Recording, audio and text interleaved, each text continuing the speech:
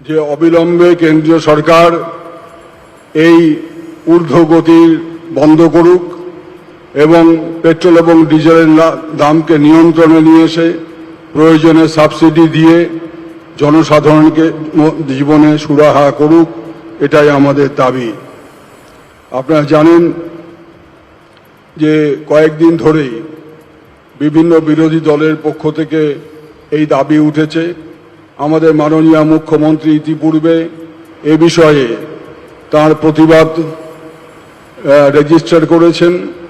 আমাদের দলের পক্ষ থেকেও আমরা বারংবার এই ব্যাপারে কেন্দ্রীয় সরকারের দৃষ্টি আকর্ষণ করেছি, কিন্তু দুর্ভাগ্যের বিষয় কেন্দ্রীয় সরকার লাগামহীনভাবে পেট্রোল এবং ডিজেলের দাম বাড়িয়ে চলেছেন।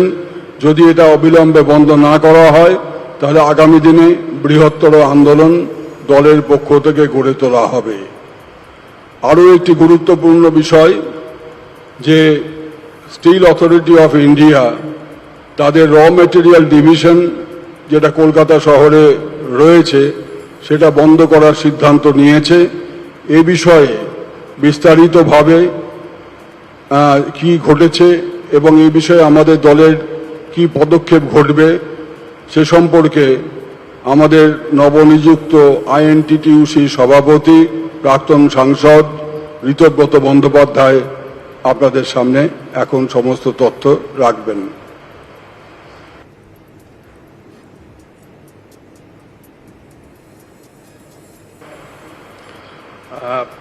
মাননীয় সুখেন্দু শেখর রায় তিনি বলেছেন যে বিশেষ করে যে সেলের Steel Authority of India Limited, এই কেন্দ্রীয় সরকার সেলের যে কাঁচামাল বিভাগটি রয়েছে র মেটেরিয়াল ডিভিশন আরএমডি, এই আরএমডিকে কলকাতা থেকে সরিয়ে দেওয়ার এই যে চক্রান্ত চলছে তার বিরুদ্ধে ইতিমধ্যেই সেলের কর্মচারীরা, আরএমডির যে র মেটেরিয়াল ডিভিশন আছে তার কর্মচারীরা রাজ্যের মাননীয় মুখ্যমন্ত্রী জননেত্রী মমতা বন্দ্যোপাধ্যায়কে হস্তক্ষেপ করবার জন্য চিঠি দিয়ে অনুরোধ জানিয়েছেন। বাংলায় অবস্থিত কেন্দ্রীয় রাষ্ট্রায়ত্ত সংস্থার উপর এই যে বিজেপি সরকারের নতুন করে আক্রমণ এবং এই গোটা বিষয়টি নিয়েই আমরা তৃণমূল কংগ্রেসের সর্বভারতীয় সাধারণ সম্পাদক আমাদের নেতা অভিষেক বন্দ্যোপাধ্যায়ের নজরে গোটা বিষয়টি এনেছি। এবং সবথেকে জরুরি যেটা এখন এবং ভীষণ রকমের দুশ্চিন্তার যে শ্রমিক কর্মচারীরা আশঙ্কা করছেন যে শুধু এই আরএমডিটাকে র মেটেরিয়াল ডিভিশনটাকে স্থানান্তরণই শুধু নয়, এটাকে তুলে দেওয়ারও একটা চক্রান্ত ইতিমধ্যেই হচ্ছে। এবং কলকাতা থেকে সরিয়ে যা জানতে পারা যাচ্ছে বোকারো এবং রাউরকেল্লাতে ক্যাপটিভ মাইন হিসেবে এই ডিভিশনকে জুড়ে দেওয়ার পরিকল্পনা শুরু হয়েছে বলে আমরা শ্রমিক কর্মচারীদের কাছ থেকে জানতে পারছি। কাঁচা মালের এই যে চিঠিতে যে কর্মচারীরা বারবার অভিযোগ করছেন, কারণ তারা ভীষণভাবে আতঙ্কিত, কারণ এই কাঁচামালের ডিভিশন যদি সরে যায় আমাদের রাজ্যের মাটি থেকে, তাহলে বিশেষ করে আমাদের রাজ্যের পশ্চিমাঞ্চলে দুর্গাপুরে, আমাদের পশ্চিম বর্ধমানে, আসানসোলে बांध सहित प्रतिपक्ष के 50 विधायकों ने मेरे को एक ज्ञापन दिया है। उस ज्ञापन में उन्होंने पश्चिम बंगाल की भयावह स्थिति का वर्णन किया है और प्रमुख रूप से 4 बातों की ओर ध्यान आकर्षित किया है।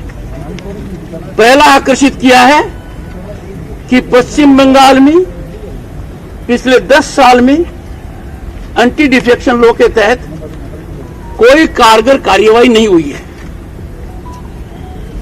कॉन्स्टिट्यूशनल हेड होने के नाते, राज्यपाल होने के नाते मैं आपके माध्यम से सबको बताना चाहता हूं, पश्चिम बंगाल में एंटी डिफेक्शन लॉ 100% लागू है।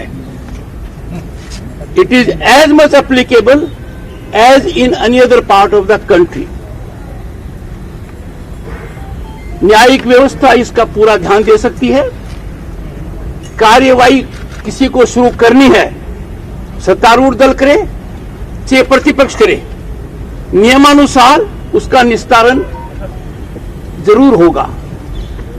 यदि अगर वो निस्तारण नहीं होता है तो भारत के संविधान के साथ कुठाराघात होगा, न्यायिक व्यवस्था उसका ध्यान देगी। Let no one be in doubt about it, anti defection law is applicable with full force in state of West Bengal। दूसरा जो बात कही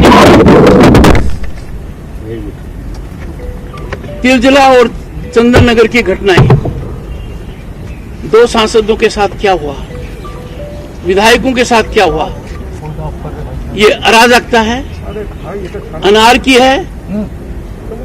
ऐसी परिस्थिति में जिनको कार्रवाई करनी है, they must act। No one should be in doubt that everyone is subject to rule of law।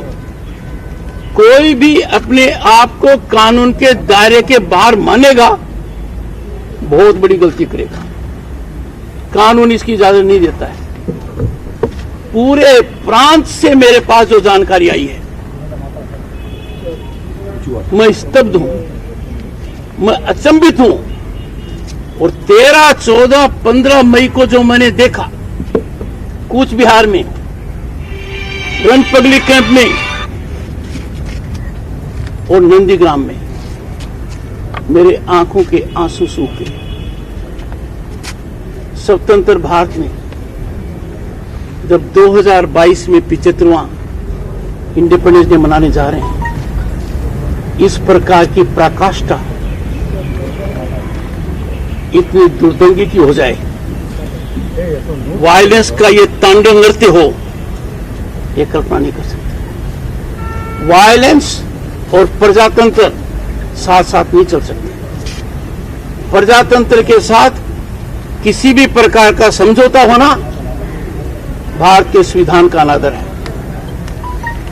और मेरा दायित्व है, मेरी शपथ का हिस्सा है, मेरा वचन है, संविधान के राज में किसी प्रकार की कमी नहीं आने दी जाएगी। मैं लोगों का आह्वान करता हूं, वो किसी भी तरीके से डिसअपॉइंट ना हो। मुझे उनके दुख की कल्पना है, मुझे उनके संकट की जानकारी है, मुझे पता है उनको कैसे प्रताड़ित किया जा रहा है। नंदीग्राम में उस जगह जाने के लिए, मुझे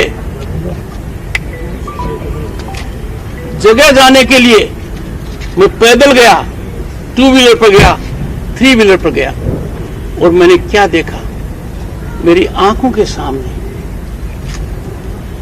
मेरे से गुहार लगा रहे हैं। मेरी माता और दादी की उम्र की महिलाएं गुहार लगा रही हैं, और वो कह रही हैं हमें इतना प्रताड़ित कर दिया कि जीने के लिए, पासपोर्ट टू लाइफ के लिए हम हमारा धर्म परिवर्तन कर सकते हैं। This can not be allowed in a secular country like ours. The state government, I request them, I request officials of the state government to fully act in accordance with law। They must give up their partisan approach। एक बार भाई साहब आप कर लें, सुनिए, इनको दिखाइए मेरे को, आप कर लें। आप निरंतरता से करते जा रहे हैं, कितना अनुरोध करूं आपको। आप इस गंभीरता को भी नहीं समझना चाहेंगे कि आदमियों की नींद हराम हो रही है। दुनिया के किसी कोने में नहीं हुआ, वो यहां पर हो रहा है। मीडिया फोर्थ फीलर है। मैं जहां जहां गया मैंने 3 सवाल पूछे। पहला सवाल, पुलिस में क्यों नहीं गए?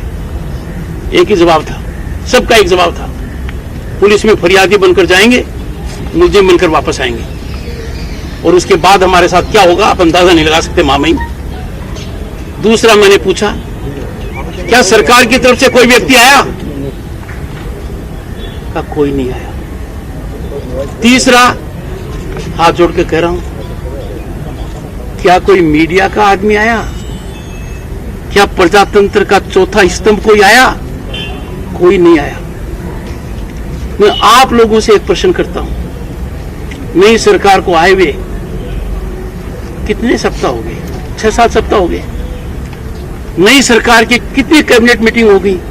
4 कैबिनेट मीटिंग हो गई। 10 मई को, 17 मई को, 24 मई को, 10 जून को।